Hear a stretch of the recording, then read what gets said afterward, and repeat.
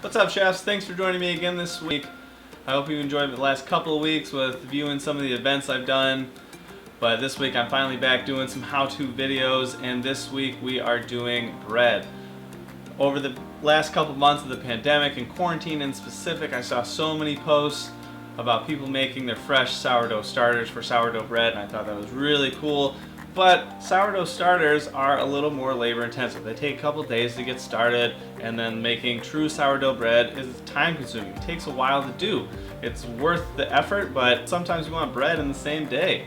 So that is what I'm doing today. I'm sharing a very basic baseline bread recipe.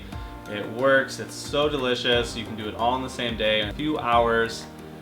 The key to this bread recipe is knowing the baker's percentage, which is 100% flour, 60% water, 3% yeast, and 2% salt. You're golden. That's all you need to know, and it makes great bread every time. And from this recipe, you can expand and get more creative and master the craft of true bread baking. But in the meantime, this recipe works really great, so I hope you enjoy it, and let's get started.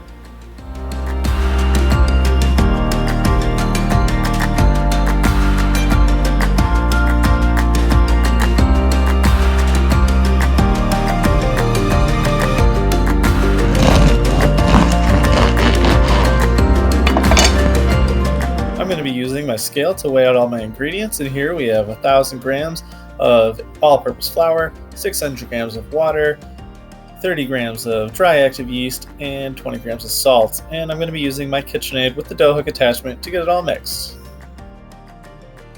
First thing we're going to do is activate our yeast, pour it all into your water, give it a quick stir, and for a little faster activation you can heat your water to about 80 to 90 degrees, and we're going to let that hang out for about 10 minutes. Now we're going to get our dough started by adding our salt and our yeasted water to our all-purpose flour. Make sure you get all the yeast from the bottom of your container. We're going to get it into our stand mixer with our dough hook attachment. Make sure you lock the lid down tight, and we're going to start mixing our dough. We're going to keep mixing our dough until everything is fully incorporated and the dough itself actually cleans the side of the bowl.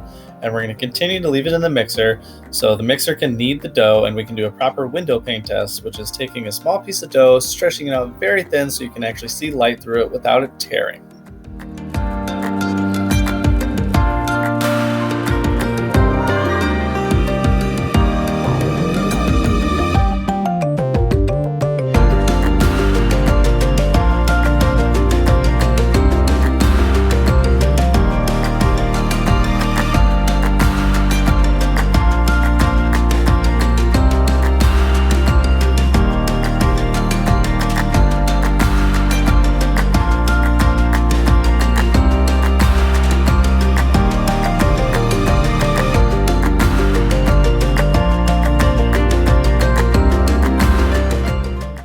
Now that our dough is kneaded properly, we're going to get ready for its first rise by folding it in on itself, making a seal along the bottom, and having a nice little dough ball.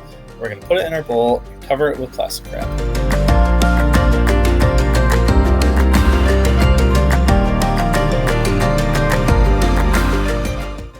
We want a nice warm environment for our dough so it'll double in size. I like to put mine in the oven while it's turned off, and I just turn the light on. It keeps it around 90 degrees, which is a great environment for our dough.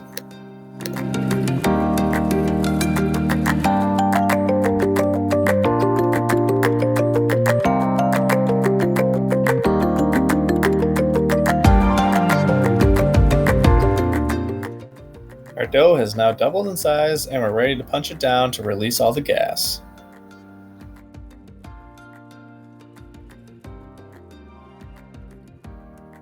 Now we're just going to dust our work surface with some flour so it's ready for our dough.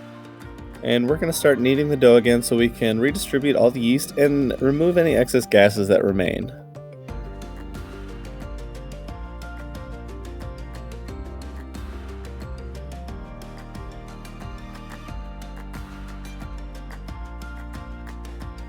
Now we're going to go ahead and fold the dough onto itself again and make a nice ball shape. And we're going to put a towel over it, and we're going to let it set out at room temperature for about 15 to 20 minutes and let it rise one more time.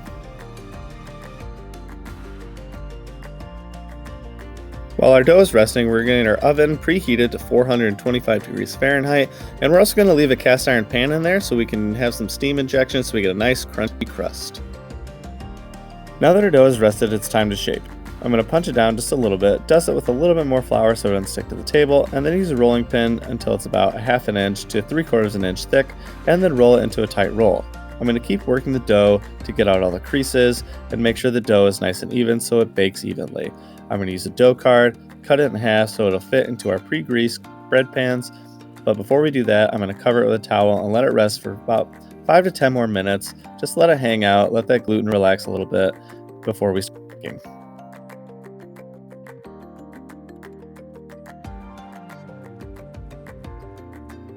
Our dough has done its final rest and it's ready to start baking. I have 2 pre-greased bread pans that I'm going to place our dough into.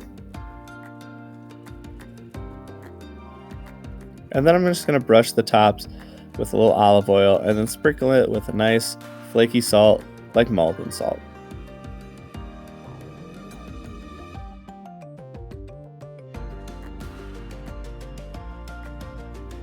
Now our bread is ready to bake.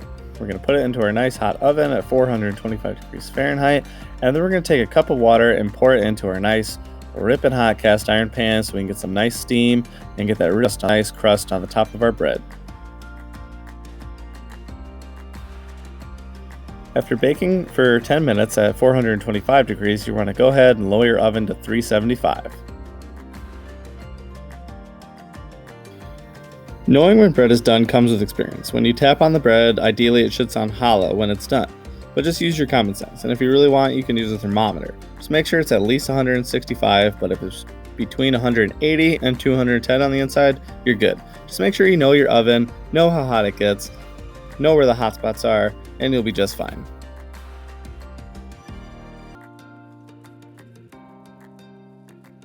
Is it recording? Yeah. Perfect.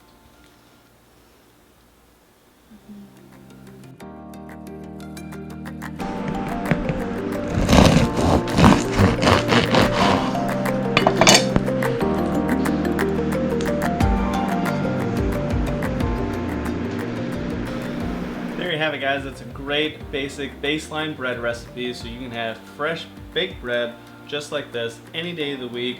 As long as you really remember that baker percentage, you can make bread whenever you want.